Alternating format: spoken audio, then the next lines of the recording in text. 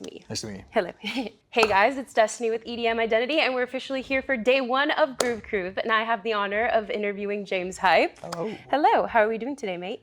I'm good. You're gonna start the interview by trying to take the piss out of my accent. No, not at all, not at all, not at all. All right. Yeah, I'm good. It's colder than I was expecting, but yeah, I've just played one set back-to-back Medusa, and it was really good. Really Yes. cool. And the crowd was just hypnotized by the rhythm, the house tech, the trends, the songs, everything from you. And honestly, like, what did you anticipate from that? Were you expecting that? What were your initial thoughts? It was more epic than I thought it would be. I've never been on a cruise ship properly before, so even just the setting where you're like looking up at the ship is pretty amazing, and the people backed it up.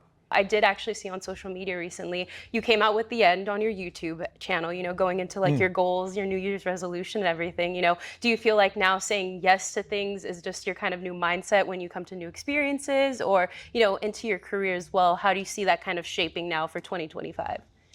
I'm very fortunate to be in a place where I can decide to drive exactly where I want to go. And for a long time, I've been in this place where we had no gigs for so long, Yeah. and as a DJ, that's all of your money, you know. Yeah. So I had like loans from the government, and I was living on debt when we were in this pandemic.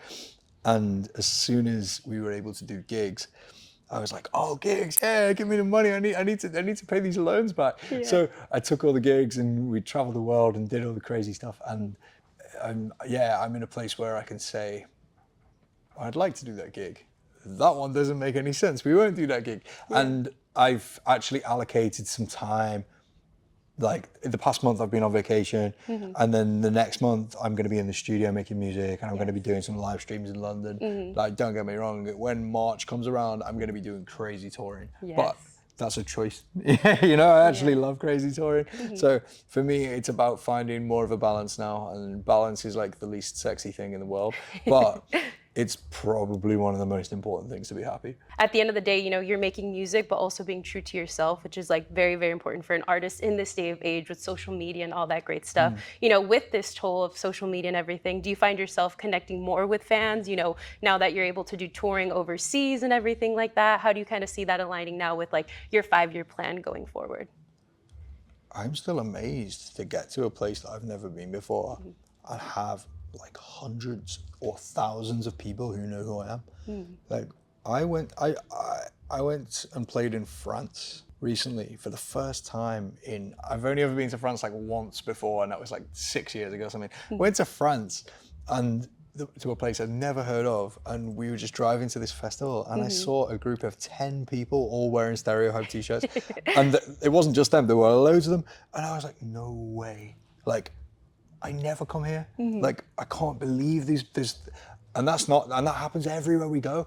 And it still amazes me because I still just feel like the guy from the UK who's like giving it a go, like trying to make it. So I don't really know if I answered your question very well there, but how does that align with my 5-year plan? I'm really excited to go to places that I don't get to go to very often. I'm always in the USA, I'm always in Europe. We're going to South America in March. I love South America. I'm excited to go back to India, and I love getting to all these parts of the world where, this almost sounds bad, but EDM feels so exciting. Yeah. Like, I feel like in Europe and in the USA, it's so established, you know? And when you go to some other places, it feels like almost like an outsider, and that's kind of fun. Kind of giving with that, we'll go into the fast fire questions. So this is the more fun questions and everything. First one is, what genre would you be producing that's outside of your own right now? Do you feel like giving drum and bass a go? I don't think I will though. But if you deleted house music, I might. I think DMV is definitely making its like uphill and everything. Yeah. So it definitely needs to be in the States as well, which I love that as well. You're back with your children, you know, in the future and everything.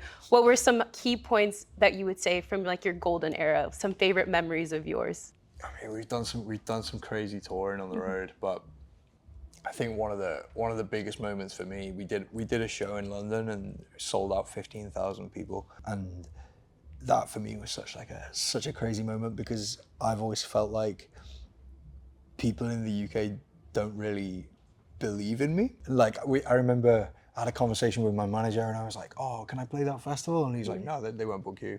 I'm like, why? Because they don't think you can sell tickets. And we had this thing for years, and we had to do it our own way, and we had to prove to people that we can sell tickets. Yes, and then yes. we did that, the biggest venue in London. I was on the stage and I was crying behind my glasses right before my set. It was wild. No, that sounds like an amazing memory, and obviously something when you look back into the golden days, which we'll still be here, we'll still be listening to James Hype. It will be definitely in the car with me when I'm going home and taking my kids and everything. If you were going to be able to like do a festival, create a festival of your own, which would be 3 components you would have in this festival that you created? Beds. You have beds, definitely one. I'm not a big camper. And then just like really amazing immersive sound. Like I literally play it high, the #1 nightclub in the world, and the sound in that place is insane. Wow. Like I want that at a festival, and I think people do well. I think especially in the USA, some of the festivals sound great. Yes. But yeah, I think that the sound is something that we can figure out. And thirdly, cheap tickets so that everyone can go. That would be amazing. I definitely love that. What do you think about Anima at the Sphere? You know, talking about visuals and sound and everything. Were you able to actually go to the show and see that? Or I didn't go to the show, but I think it's going to be a moment in time for dance music that we talk about for, well, probably the remainder of dance music's history. So I think what he's created is amazing because he's completely in his own lane, and the world can go wherever it wants and it doesn't affect him. this is also a petition for James Hype and Medusa to be at the Sphere very, very soon, because EDM is taking over for sure. And last question, what would be your 3 items you would take with you if you were going to survive on an island on your own? Survive or be happy. Survival would be number 1, of course, of course. Okay, well, if it's just surviving, then I need like something to hunt with, something to get water with. And then I would just have to have a laptop with an infinite battery, or like solar laptop, so I can make some music.